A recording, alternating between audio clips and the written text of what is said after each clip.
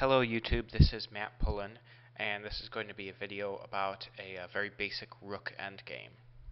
Now when you're in a rook endgame, whether you're the attacker, the side up a pawn, trying to convert the win, or you're the defender trying to defend against the side that's up a pawn, you want to have your rook behind the passed pawn.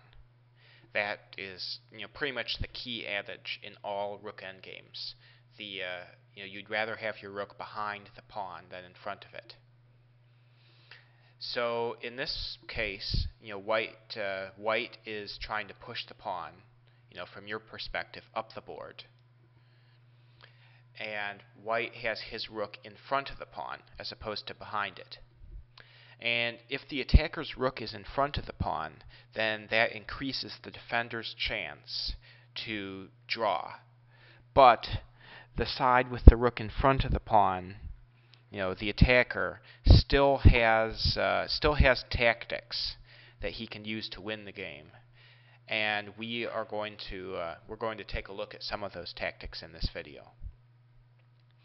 So here, the threat is for white to play rook to f8, giving check to the black king.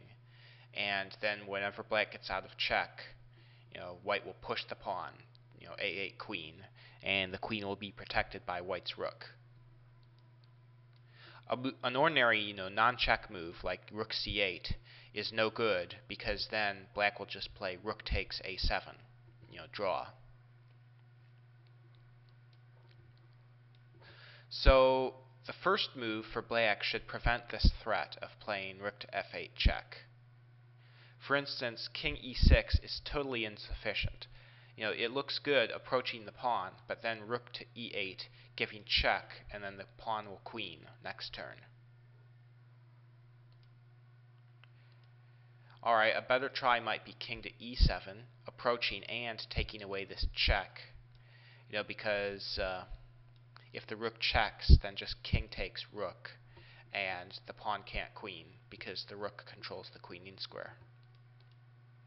But there's another trick here, and knowing about this trick, I think in all the chess games I've played, I've won like 3 or 4 games because of this tactic. And but maybe some of you have seen this before, and some of you haven't. But the idea here is rook h8. And this threatens it. It sets the bomb. It threatens to play a8 queen supported by the rook, and black has to defuse that bomb by playing rook takes pawn. But now there's just rook h7 check, and white wins the black rook. So this skewer is white's main tactic of winning the game with the rook in front of the pawn. So you have to watch out for that skewer. So first of all, you have to prevent the back rank check unless it's possible for the defender king to take the rook. And second of all, the defender needs to avoid the skewer. So king g7 is the right move, because now the rook cannot check effectively on the back rank, and the rook does not have any room to go around the king and set up a skewer, because the king is so close to the edge. So the correct defense is for black to keep his king on one of these 2 squares, because it prevents any skewer from taking place. Obviously, if the black king were any closer, like if the black king were like on either of these squares, then that would be okay too. But I mean, that's sometimes not really possible for you to approach with the black king. So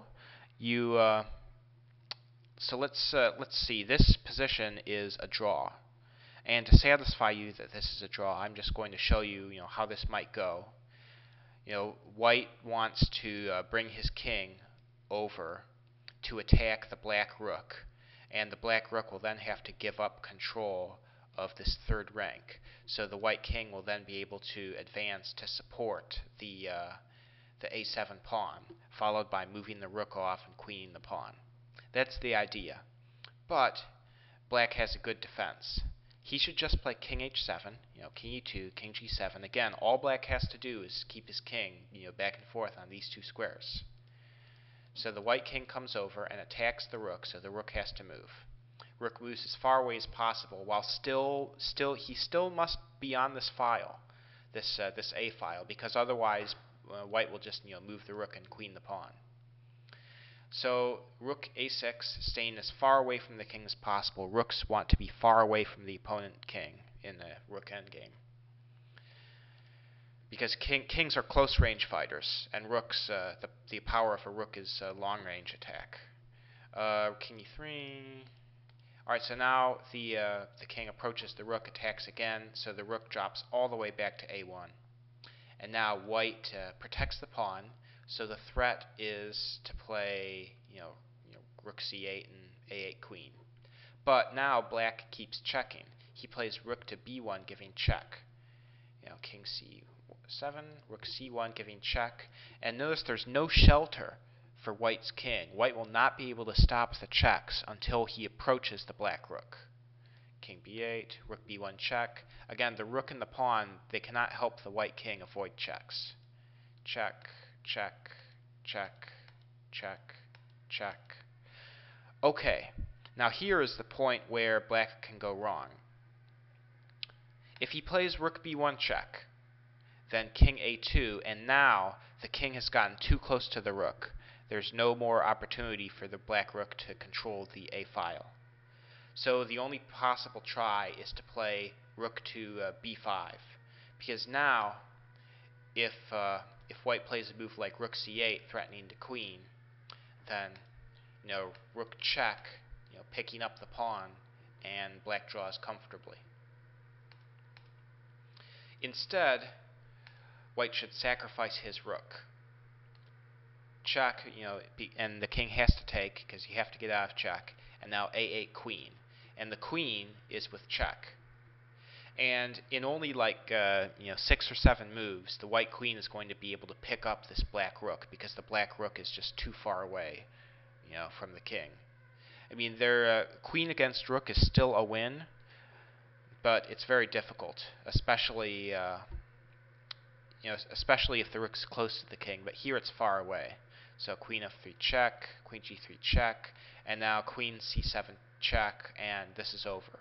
Because if the black king moves to any of these squares, then just queen c6 check, picking up the rook. And if the black king goes here, then just check and pick up the rook. And if the king goes to either of these squares, then white will play check, and then the black king has to go to the second rank, and then check and picks up the rook. So instead of playing rook to b1 check, all black has to do is play rook a6. And then, keep the rook as far away to the king from the king as possible. And if the king ever gets up to b6 again to protect the pawn, then just start throwing checks. So yeah, I hope this gave you some insight into how to play a basic endgame with the rook in front of the pawn. You want to keep your king on one of these two squares if you're the defender, to avoid the skewer tactic.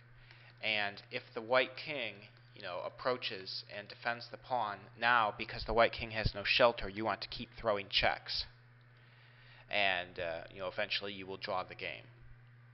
And if you're the attacker, then you want to look out for these opportunities to play a move like rook h8, setting up the skewer. So I hope you learned from this video. Have a good one.